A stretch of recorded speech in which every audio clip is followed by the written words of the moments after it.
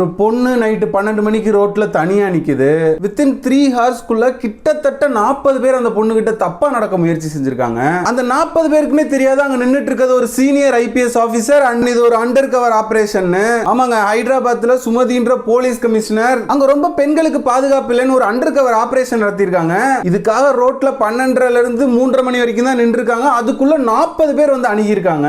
வந்ததுல நிறைய பேர் கஞ்சா அடிச்சிருந்தாங்கன்னு சொல்லப்படுது. அதுல காலேஜ் பசங்களும் இருந்தாங்க அப்படின்னு சொல்லப்படுது. அவங்க எல்லாத்தையும் அரெஸ்ட் பண்ணி உள்ள போடலாம். அவங்க எல்லாத்துக்கும் கவுன்சிலிங் கொடுத்து மிரட்டி அனுப்பிச்சுட்டு இருக்காங்க. மேடம், ஹைதராபாத்ல என்ன மேடம் பெண்களுக்கு பாதுகாப்பு இல்ல? நீங்க தமிழ்நாட்டுக்கு வாங்க. நீங்க நைட்ல இந்த அண்டர் கவர் ஆபரேஷன் பண்ண வேணாம், பட்ட பகல்ல பண்ணுங்க. கிட்டத்தட்ட 100ல இருந்து 150 பேர் மாட்டுவான். அந்த அளவுக்கு தமிழ்நாடு கெட்டு போய் கிடக்கு. இவங்கள மாதிரி ஆட்களை திருத்த 100 ஐபிஎஸ் ஆபீசர்ஸ் வந்தாலும் பத்தாது. எங்க இதெல்லாம் ஒன்லி பேரண்டிங்ல திருத்த வேண்டிய விஷயங்க. சும்மா சோறு போட்டு வளர்க்கறது மட்டும் ஒரு தாய் தகப்பனோட கடமை கிடையாது. இந்த போதை பழக்கம் எவ்வளவு ஆபத்தானது, உன் லைஃப் எப்படி அழிச்சிரும்னு சின்ன வயசுல இருந்து சொல்லி சொல்லி வளர்க்கணும். அவனை போதை பழக்கங்களுக்கு அடிமையாகாம காப்பாத்திட்டாலே எங்க பாதி ஜெயிச்சதுக்கு சமம். அதுக்கப்புறம் பொண்ணையும் போதையா பார்க்க மாட்டான். ஆனா அதுக்கப்புறமா நீங்க ஹவு டு ரெஸ்பெக்ட் கேர்ள்னு சொன்னாலே அவன் புரிஞ்சுப்பான். நீங்க அங்க விட்டுட்டு வேற எங்க அவனை திருத்த ட்ரை பண்ணாலும் அவனை திருத்த முடியாது. இப்ப கூட நான் ஒரு படம் பார்த்தேன், வாலா 2 பயோபிக் ஆஃப் மில்லியன் ரோஸ்னு ஒரு படம். அதுல போதை எவ்வளவு ஆபத்தானதுன்னு அவ்வளவு அழகா கன்வே பண்ணியிருந்தாங்க.